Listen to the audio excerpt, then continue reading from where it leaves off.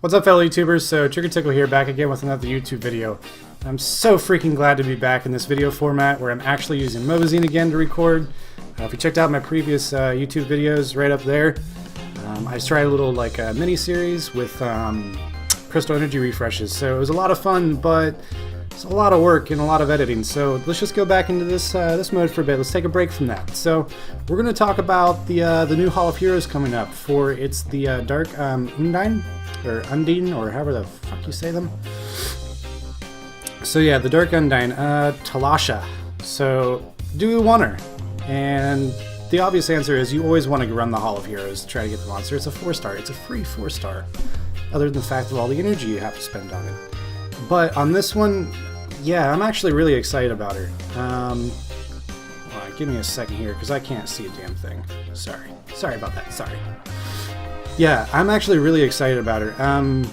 She has some pretty interesting moves here that could be really cool to use for certain types of builds, especially in... she might be well for arena, but I think she's better suited for guild battles. Especially a lot of the people are saying that as well, and I did a little bit of research on her. But just in my own opinion, yeah, I think she's great. So she's better than some of the other Hall of Heroes that we've been getting here recently. Or the light Death Knight wasn't bad. He was pretty cool. Sorry, yeah. First one is Dark Drop. Attacks with a small lump of darkness and increases the chance of an enemy missing for 2 turns if you get a critical hit. So basically, that's just a glancing hit debuff. So basically what that means is when you land it and they hit you, it's the opposite of a critical hit. I'm sure you probably already know that if you're watching this, but basically it does less damage. It's not the best first skill, but I mean, it's not bad. At least it's not just a straight damage first skill. At least it does something, so it's not bad. Second skill. So, attacks all enemies with Dark Pillar and decreases the attack bar by 30% with a 50% chance. Additionally, this attack will heal an ally with the lowest HP by 25%. I really like that skill right there. It's an attack bar reduction, and it's a heal. So not only are you reducing your opponent's attack gauges and their speed, so your monsters can go faster, you're also healing a monster. That's also going to scale with skill ups, so I'm interested to see, and I didn't research it before I did this, but I'm sure that 30 and 50% will go up, or at least the heal probably will, or the 4-turn cooldown will go down, so that's a really good second skill. But where she really comes in, and this is going to be how you crazy build her, is her third skill, and this one's cool. It revives a dead ally to return with low HP but with a full attack bar. Alright, so first off, I did some digging. Low HP, I'm pretty certain that means you have 1% HP, so the lowest you can get without you being just dead. Right off the bat, I can tell you immediately how that's going to work. So that's going to go great with Remagos teams. So Remagos, oh, he dies. Oh, pop him right back to life with 1 HP. Oh, guess what? Guess what Remagos is going to use? He's going to use a stupid clean shot. Boom, do like 30k worth of damage. Then guess what he's going to do? He's going to heal. Boom, like that. So that's one gimmicky way to do it. Another way that you might want to do it is it's going to take some speed tinkering. You're going to have to get like a healer, like say if you have Belladon, you want him to be 1 point less in speed than Talasha, or whatever the fuck her name is. You want him to be 1 less speed than her, and the reason being for that is Talasha revives an ally with 1 HP, or whatever it revives it with, the lowest amount, and then right afterwards, since Belladon is 1 speed less, is going to go right next and you can pop a heal.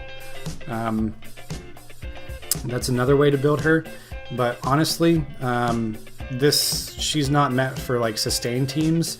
I don't see her being used for like arena sustain teams, so she's probably not going to be that great if you're running like a tanky arena defense, because that third skill right there, the revive, it's not the best revive, clearly.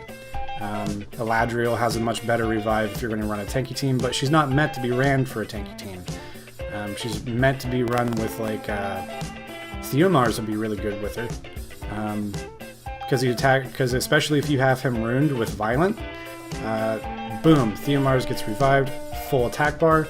He has a chance to attack once, and if he Violent procs, he could attack again, or 3 more times with his second skill. So she would work really good with like a very high nuke as your second monster. So that's why I'm saying she'd be really good with Guild Wars, since you only have 3 monsters you can use with that. So interesting teams could be built with her, so she's definitely worthwhile. So run it, keep her. Definitely worth it. Oh, and then you're probably not going to use this attribute ever, because not very many people are running dark teams. And defense isn't the greatest skill, because it can be gotten around. So yeah, I'm not a big fan of her leader skill. I'm never really a big fan of defense leader skills anyways.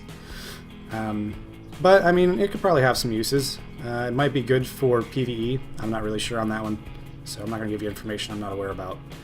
And then strengthen, power up, so the dark drop goes up. And also, one of the cool things I was noticing, that skill right there has a really big multiplier on it.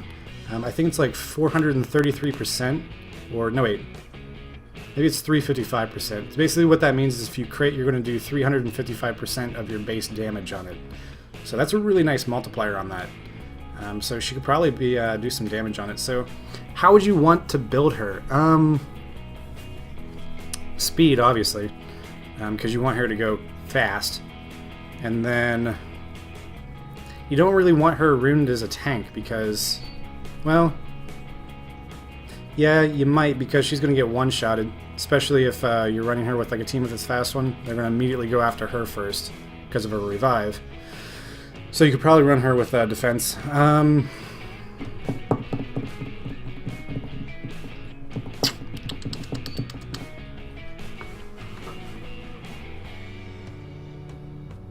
Sorry about that, Mobzine was acting up there.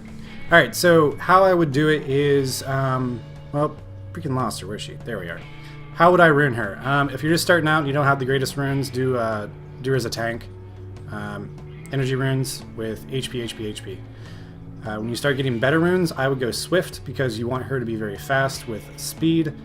You could probably do crit rate, but honestly, she's a support character. She's not meant to like attack, so I would go with Swift, Speed, HP, HP. Or actually, no. Yeah, shit, I'm wrong. No, you do want crit rate because of her first skill right here. You want to be able to land that, so you want to try to get a really high crit rate. Okay, yeah, duh. Okay, so yeah.